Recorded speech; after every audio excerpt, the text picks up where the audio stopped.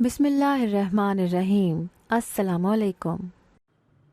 مجھے اویس سے ملتے ہوئے یہ دوسرا سال تھا اور ہم ایک دوسرے سے شدید محبت کرتے تھے اور شادی کرنا چاہتے تھے، مگر مجھے ڈر لگتا تھا کہ شاید ایسا نہ ہو پائے، کیونکہ وہ ایک امیر گھر سے تعلق رکھتا تھا اور میں ایک غریب گھر کی بیٹی تھی جو اپنے کالج کا خرچہ خود اٹھا کر پورا کر رہی تھی۔ ایسے میں ہماری شادی ہو جانا غیر معمولی ہی ہوتا۔ میں نے شروع میں جب اس کالج میں داخلہ لیا تھا تو مجھے کسی کا کچھ پتہ نہیں تھا، لڑکوں کی تو دور کی بات، میری بات کسی لڑکی سے بھی نہ ہوئی تھی۔ پھر اویس نے داخلہ لے لیا۔ وہ انتہائی شوخ و چنچل تھا، سب کو باتوں میں لگا لیتا اور سب کو ہنساتا رہتا، اور آخر میری بھی اس سے دوستی ہو گئی اور ہم ایک دوسرے کو بعد میں پسند کرنے لگے۔ وہ مجھ سے بہت مختلف تھا، مگر پھر بھی وہ میرے آگے پیچھے پھرتا تھا، حالانکہ میرے اندر ایسی کوئی خوبی نہیں تھی۔ میں ایک عام سی لڑکی تھی، پھر بھی جانے کیوں وہ میری طرف متوجہ ہوا تھا۔ یہی بات مجھے شک میں ڈالتی تھی کہ اس کے پیچھے تو کالج کی ایک سے بڑھ کر ایک لڑکی تھی، پھر وہ مجھ جیسی غریب اور عام سی شکل و صورت کی لڑکی کو پسند کیوں کرتا تھا؟ مگر جب بھی میں اس سے وجہ پوچھتی تو وہ ہنس کر ٹال جاتا۔ کبھی کبھی مجھے لگتا کہ وہ میرے ساتھ صرف ٹائم پاس کر رہا ہے، مگر جب میری ڈگری مکمل ہوئی تو اس نے مجھے شادی کے لیے کہا اور اپنی ماں سے ملانے اپنے گھر بھی لے گیا، جبکہ ابھی تک میں نے تو اپنے گھر بات بھی نہیں کی تھی۔ اس کی ماں بہت اچھی اور نفیس خاتون تھی اور مجھ سے بہت اچھے سے ملی۔ میں اس کی دادی سے بھی ملی تھی۔ ان لوگوں نے شاید مجھے بہو کے روپ میں قبول کر لیا تھا، تبھی انہوں نے اتنی محبت مجھ پر نچھاور کی، مگر کچھ تو ایسا تھا جو مجھے غیر آرام دہ کر رہا تھا۔ میرا دل مطمئن نہیں ہو پا رہا تھا، کیونکہ اویس کی دادی اور ماں کا حد سے زیادہ اچھا رویہ مجھے شک و شبہات میں مبتلا کر رہا تھا۔ خیر، میں نے اماں کو کہہ دیا کہ میرے کالج کا ایک لڑکا اپنی ماں اور دادی کے ساتھ آئے گا۔ اماں کو کوئی اعتراض نہ ہوا، ویسے بھی ہمارا کون سا کوئی رشتہ دار تھا جسے ہم اطلاع کرتے، اسی لیے اگلے ہی دن وہ اپنی ماں اور دادی کے ساتھ آیا۔ اماں نے دروازہ کھولا اور وہ ہو گیا جس کو سوچا بھی نہیں تھا۔ میری ماں کے رنگ تو فک ہوئے تھے، اس کی دادی اور ماں بھی جیسے اپنی جگہ ساکت رہ گئی تھیں۔ وقت جیسے رک گیا تھا، وہ لوگ ایک دوسرے کو یوں دیکھ رہی تھیں جیسے پرانی شناسائی ہو۔ میں نے اماں کو کندھے سے پکڑ کر ہلایا تو وہ جیسے ہوش میں آئیں، اور پھر ایک دم انہوں نے دروازہ بند کر دیا۔ میں تو ہکا بکا رہ گئی کہ ایسا کیوں ہوا، کیوں کیا؟ میں نے کھڑکی سے دیکھا، اویس کی ماں اسے بازو سے پکڑ کر کھینچ کر لے جا رہی تھی۔ ایسا لگتا تھا میری ماں اور اس کی ماں کا بہت پرانا تعلق تھا جو یقیناً خوشگوار نہیں تھا۔ اماں تو مجھے کچھ بھی بتانے پر راضی نہیں تھی، صرف اتنا کہا کہ میرا رشتہ وہاں نہیں ہو سکتا۔ میں بہت پریشان ہو گئی تھی کہ یہ کیا چل رہا ہے، ایسا کیوں ہے؟ ماضی کا وہ کون سا راز ہے جو میری ماں کے سینے میں دفن تھا؟ اگلے دن اویس نے مجھے کال کر کے باہر بلایا اور ایک ڈائری دے کر مجھے کہا کہ یہ ڈائری پڑھو، تمہیں تمہارے سارے سوالوں کے جوابات مل جائیں گے۔ میں الجھن سے اس ڈائری کو لے کر واپس آ گئی۔ اویس بہت جلدی میں تھا، اس لیے اس نے مجھے بتایا ہی نہیں کہ یہ ڈائری کس کی ہے، صرف یہ کہا کہ میری دادی نے یہ دی ہے کہ تمہیں پڑھنے کو دوں۔ مگر کیوں؟ میں حیران ہوئی، اسے خود نہیں پتا تھا۔ کہنے لگا، میں نے یہ ڈائری نہیں پڑھی، تم پڑھ کر مجھے بتا دینا کہ کیا لکھا ہے اور کس کی ہے۔ میں گھر آئی تو اماں اپنے کاموں میں مصروف تھیں۔ میں نے ڈائری کا پہلا صفحہ کھولا تو میں چونک گئی اور ایک دم سیدھی ہو کر بیٹھ گئی۔ ڈائری کے پہلے صفحے پر اماں کا نام لکھا ہوا تھا، مطلب یہ ڈائری میری ماں کی تھی۔ لیکن یہ اویس کو کہاں سے ملی؟ میں نے حیران ہو کر ڈائری پڑھنا شروع کی۔ میرا نام بختاور ہے اور یہ ڈائری مجھے میرے ابا نے 8ویں کلاس میں پوزیشن لینے کے انعام کے طور پر دی ہے، اور میں بہت خوش ہوں۔ آج کے بعد میں اپنے دل کی ساری باتیں اس ڈائری سے کیا کروں گی، کیونکہ میری کوئی بہن جو نہیں ہے۔ اماں بھی اپنے بیٹے سے زیادہ پیار کرتی ہے، اس لیے آج کے بعد یہ ڈائری ہی میری رازداں ہے۔ ڈائری بہت موٹی تھی اور شروع کے صفحات میں اماں نے اپنے اسکول اور کالج کے واقعات لکھے ہوئے تھے کہ ان کے ساتھ کب کیا ہوا۔ پھر ان کے والد کی وفات کا ذکر تھا جب وہ 12ویں کلاس میں تھیں۔ میں یہ سب پڑھ کے بہت حیران تھی کہ میری ماں کے رشتہ دار بھی ہیں، لیکن اماں نے مجھے کبھی بتایا ہی نہیں، صرف یہی کہا کہ سب رشتہ دار مر چکے ہیں۔ میرا باپ ایک آوارہ شخص تھا، اسی لیے اماں کی سسرال میں بھی عزت نہیں تھی، تو اماں نے طلاق لے لی اور مجھے لے کر کرائے کے گھر میں رہنے لگی۔ اماں کی زندگی کے یہ سارے راز مجھے ڈائری سے پتہ چل رہے تھے۔ ڈائری سے پڑھ کر پتہ چلا کہ اماں کا ایک بھائی بھی تھا۔ اماں نے اپنے بھائی کے بارے میں لکھا تھا، میرا بھائی پہلے بھی مجھ سے پیار کرتا تھا، لیکن ابا کی وفات کے بعد سے تو وہ میرا اور زیادہ خیال رکھنے لگا، میری ہر خواہش پوری کرتا۔ میرا گزارا بھی اپنے بھائی کے بغیر نہیں ہوتا تھا، لیکن پھر میں نے محسوس کیا کہ میرا بھائی اب مجھ پر کم توجہ دینے لگا ہے۔ وہ ہر وقت کسی سے فون پر باتیں کرتا رہتا تھا۔ مجھے یہ جاننے میں دیر نہ لگی کہ میرا بھائی کسی لڑکی کے چنگل میں پھنس گیا ہے۔ اور وہی ہوا، اس نے اماں کو کہا کہ میں اپنی پسند کی شادی کرنا چاہتا ہوں۔ میں یہ سن کر دہل گئی۔ جو لڑکی ابھی گھر آئی ہی نہیں تھی اس کے لیے وہ ابھی سے اتنا دیوانہ ہو رہا تھا، بعد میں کیا کرتا۔ میں نے اس رشتے کی بہت مخالفت کی، مگر اس نے اپنی پسند کی شادی کروا کر ہی دم لیا۔ میری بھابھی بہت حسین تھی اور میرا بھائی اس سے شادی کے بعد مجھے جیسے بھول ہی گیا تھا، بس ہر وقت اپنی بیوی کے ہی آگے پیچھے گھومتا رہتا اور اسی کے گن گاتا رہتا، اور یہ سب مجھے اچھا نہیں لگتا تھا۔ یہاں تک پڑھا تھا کہ اماں کی آواز آئی۔ وہ اسکول میں پڑھاتی تھیں اور اب واپس آ گئی تھیں۔ میں نے جلدی سے ڈائری الماری کے اندر رکھ دی۔ اماں نے آ کر کھانا کھایا اور پھر مجھے کمرے میں بلا کر کہنے لگی، تم جانتی ہو اویس کے ساتھ اس دن جو عورتیں آئی تھیں وہ کون تھیں؟ وہ میری بھابھی اور ماں تھیں۔ لیکن خیر، ماضی کو یاد کرنے کا کوئی فائدہ نہیں۔ میں اویس سے تمہاری شادی کرنے کو تیار ہوں، مگر ایک شرط پر، کہ وہ تمہیں الگ رکھے گا۔ میں جو سن کر خوش ہو رہی تھی ایک دم بجھ گئی۔ مانا کہ وہ بہت پیار کرتا تھا مجھ سے، لیکن اپنے گھر والوں کو کیسے چھوڑ دیتا؟ میں نے اسے جب فون کر کے اماں کی شرط کے بارے میں بتایا تو وہ بھی چپ ہو گیا اور فون بند کر دیا۔ مجھے بہت پریشانی ہو رہی تھی کہ اماں نے ایسی شرط کیوں رکھی ہے۔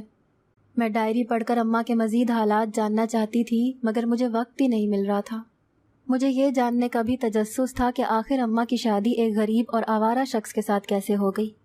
جبکہ میں اس دن اویس کے گھر گئی تھی تو اس کی دادی یعنی میری نانی کا گھر دیکھ کر دنگ رہ گئی تھی۔ وہ لوگ تو انتہائی امیر تھے، پھر اپنی بیٹی کی شادی ایک غریب گھر میں کیسے کرتی؟ شام کو میری ماں کی ماں یعنی میری نانی میری ماں سے بات کرنے آئی۔ وہ شاید یہ شرط ختم کروانا چاہتی تھیں، اسی لیے آئی تھیں۔ نانی کے جانے کے بعد میری ماں بہت روئی۔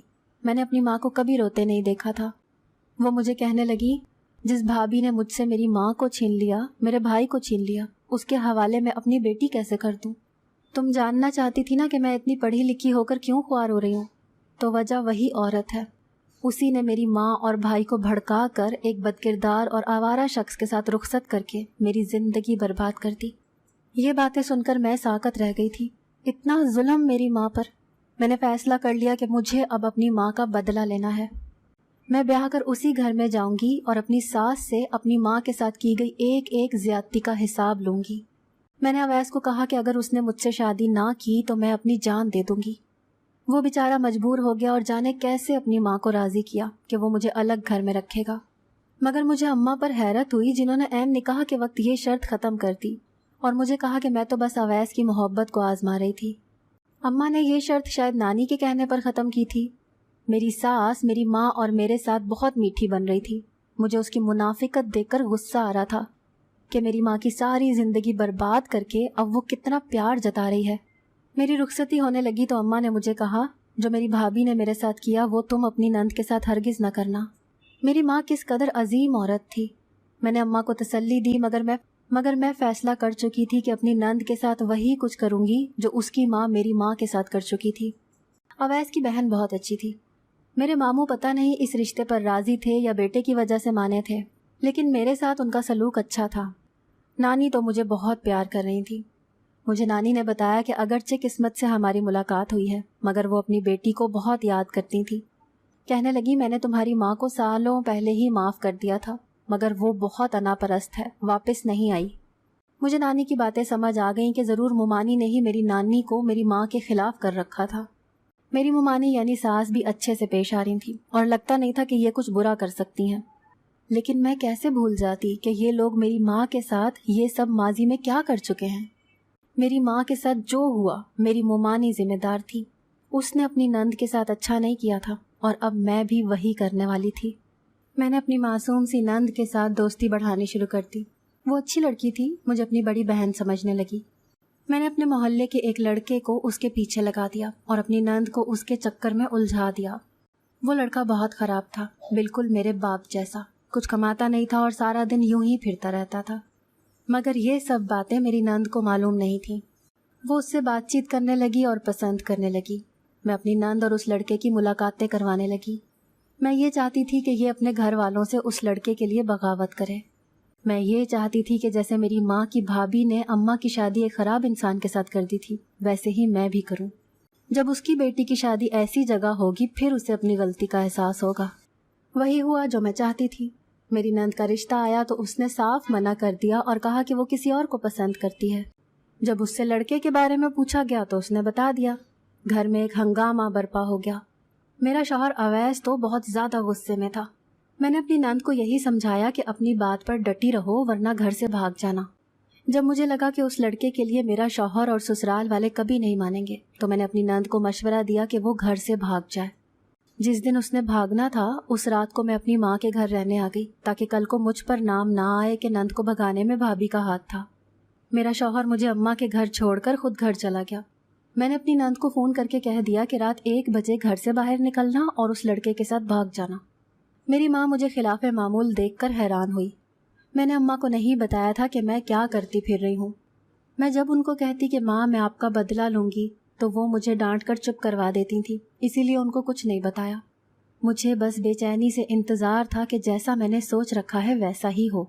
اماں اپنے کمرے میں تھی۔ میں نے کپڑے بدلنے کے لیے جیسی الماری کھولی میری نظر کپڑوں کے ڈھیر کے نیچے دبی اماں کی ڈائری پر پڑی۔ اماں نے مجھے سب بتا تو دیا تھا مگر وقت گزاری کے لیے میں اماں کی ڈائری لے کر بیڈ پر بیٹھ گئی اور وہاں سے پڑھنا شروع کیا جہاں سے چھوڑا تھا۔ اماں نے کچھ صفحوں کے بعد لکھا تھا، مجھے اپنی بھابھی بری لگنے لگی۔ اس نے مجھ سے میرے بھائی کو چھین لیا تھا۔ مجھے اس سے حسد ہونے لگا۔ میں چاہتی تھی کہ وہ میرے بھائی کی زندگی سے نکل جائے۔ میں نے جو پلان بنایا تھا مجھے 100% یقین تھا کہ اس میں کامیاب ہوں گی، کیونکہ اس پلان پر میں نے ہفتوں محنت کی تھی۔ بس اب مجھے کوئی ایسا شخص مل جاتا جس کے ساتھ مل کر میں اپنے منصوبے کو پایہ تکمیل تک پہنچا دیتی تو سب ٹھیک ہو جاتا، پھر کسی کو پتہ نہ چلتا اور میرا کام بھی ہو جاتا۔ میں نے اپنی دوست سے ذکر کیا تو اس نے کہا کہ کالج کا ایک لڑکا ہے، وہ تمہاری مدد کر سکتا ہے، بس اس کو بدلے میں کچھ پیسے چاہیے ہوں گے۔ میں نے دوست کے ساتھ اس لڑکے سے ملاقات کی۔ وہ بہت زیادہ پیسے مانگ رہا تھا کیونکہ کام بھی تو اتنا ہی بڑا تھا۔ میں نے اسے 50,000 دینے کی حامی بھر لی اور گھر آ کر سوچنے لگی کہ میں 50,000 کا بندوبست کیسے کروں گی۔ رقم بڑی تھی اور ہم مڈل کلاس لوگ تھے۔ اتنی رقم اگر میں اماں سے مانگتی تو وہ لازمی شک میں پڑ جاتی، لیکن میں جو کرنا چاہتی تھی اس کے لیے اس لڑکے کا ساتھ دینا بہت ضروری تھا، ورنہ میرا پلان فیل ہو جاتا۔ میں نے چوری کرنے کا سوچا۔ رات کو جب سب لوگ سو گئے تو میں بھائی کے کمرے میں گئی۔ اس کی بیوی کچھ دنوں کے لیے میکے گئی ہوئی تھی، اسی لیے اس کا دل یہاں کب لگنا تھا۔ وہ بھی اپنی بیوی کے پیچھے اس کے گھر چلا گیا تھا۔ میں نے اس کی الماری کھولی اور بھابھی کا جو سونے کا سیٹ بھائی نے شادی کی سالگرہ پر دیا تھا وہ نکال لیا۔ میرا ارادہ اسے بیچنے کا تھا، لیکن میں چاہتی تھی کہ کسی کو مجھ پر شک نہ ہو۔ میں نے بھابھی کا ایک سوٹ بھی چرا لیا۔ اگلے دن بھائی اور بھابھی واپس آ گئے۔ میں نے کالج میں ہی کپڑے تبدیل کیے، بھابھی کا سوٹ پہنا اور بھابھی کے جیسا ہی نقاب کر لیا۔ اب مجھے کوئی بھی دیکھتا تو یہی لگتا کہ میری بھابھی حسنہ ہے۔ میں نے سنار کے پاس جا کر اس سیٹ کو بیچ دیا اور ساری رقم لا کر اس لڑکے کے ہاتھ میں رکھ دی اور ایک بار پھر سے اسے اپنا پلان بتایا۔ میں چاہتی تھی کہ 2 دن بعد جب میرا بھائی کام کے سلسلے میں دوسرے شہر جائے گا تو وہ میری بھابھی کے کمرے میں رات کو جائے، پھر میں ان لوگوں کی ویڈیو ریکارڈ کر لوں گی اور شور مچا دوں گی۔ اماں بھی اپنی آنکھوں سے اپنی بہو کے کارنامے دیکھ لیں گی اور اس کو ہم الزام لگا کر بدکردار کہہ کر گھر سے نکال دیں گے۔ جب بھائی واپس آئے گا تو میں اس کو وہ ویڈیوز دکھا دوں گی۔ وہ مرد ہے، کیسے اپنی بیوی کی بد چلنی برداشت کرے گا؟ وہ اسے فوراً طلاق دے دے گا اور میں اپنے مقصد میں کامیاب ہو جاؤں گی۔ بھابھی سے میری جان چھوٹ جائے گی۔ 2 دن بعد بھائی کو کسی کام کے سلسلے میں دوسرے شہر جانا تھا تو وہ چلا گیا اور میں انتظار کرنے لگی کہ کب رات ہو اور میں اپنے مقصد کو عملی جامہ پہناؤں۔ رات کے 10 بجے اماں اور بھابھی اپنے اپنے کمرے میں جا کر سو گئے تو میں نے اس لڑکے کو فون کر کے اپنے گھر آنے کا کہا اور کہا کہ سیڑھیوں کے سامنے والا کمرہ ہے، آتے ہی سیدھا وہاں چلے جانا۔ مجھے اس وقت اس بات سے کوئی غرض نہیں تھی کہ میں ایک لڑکی ہو کر ایک لڑکی کی عزت خراب کرنے پر تلی ہوئی تھی۔ اس وقت مجھے صرف اپنا بدلہ نظر آ رہا تھا۔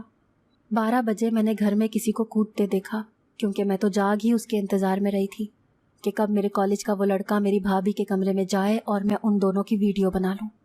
میں نے بھابھی کے کھانے میں نیند کی گولی ملا دی تھی جس سے وہ گہری نیند سو گئی تھی اور اس بات کا کوئی چانس نہیں تھا کہ وہ اٹھتی اور ایک غیر لڑکے کو کمرے میں دیکھ کر شور مچاتی۔ میں نے کھڑکی سے دیکھا کہ ایک سایہ سا بھابھی کے کمرے میں گیا ہے۔ مجھے یقین ہو گیا کہ بس میرا کام ہونے والا ہے۔ میں جلدی سے موبائل لے کر اس طرف چلی گئی اور کھڑکی کھول کر کھڑی ہو گئی۔ میں انتظار کر رہی تھی کہ کب وہ لڑکا بھابھی کے بستر پر بیٹھ کر بھابھی کا ہاتھ پکڑے تو میں ویڈیو بنا لوں، مگر وہ تو کمرے میں جا کر پریشان کھڑا ادھر ادھر دیکھ رہا تھا۔ مجھے اس پر بہت غصہ آیا کہ وہ یوں بت کی مانند کھڑا کیوں ہے؟ جس کام کے لیے میں نے اسے بلایا ہے وہ کر کیوں نہیں رہا؟ میں جو ہی کمرے میں گئی تو اسی وقت اچانک ہی میرے کمرے کے دروازے پر دستک ہوئی اور میں نے فوراً وہ ڈائری تکیے کے نیچے چھپا لی اور جلدی سے لیٹ گئی تاکہ اماں کو لگے کہ میں سو رہی ہوں۔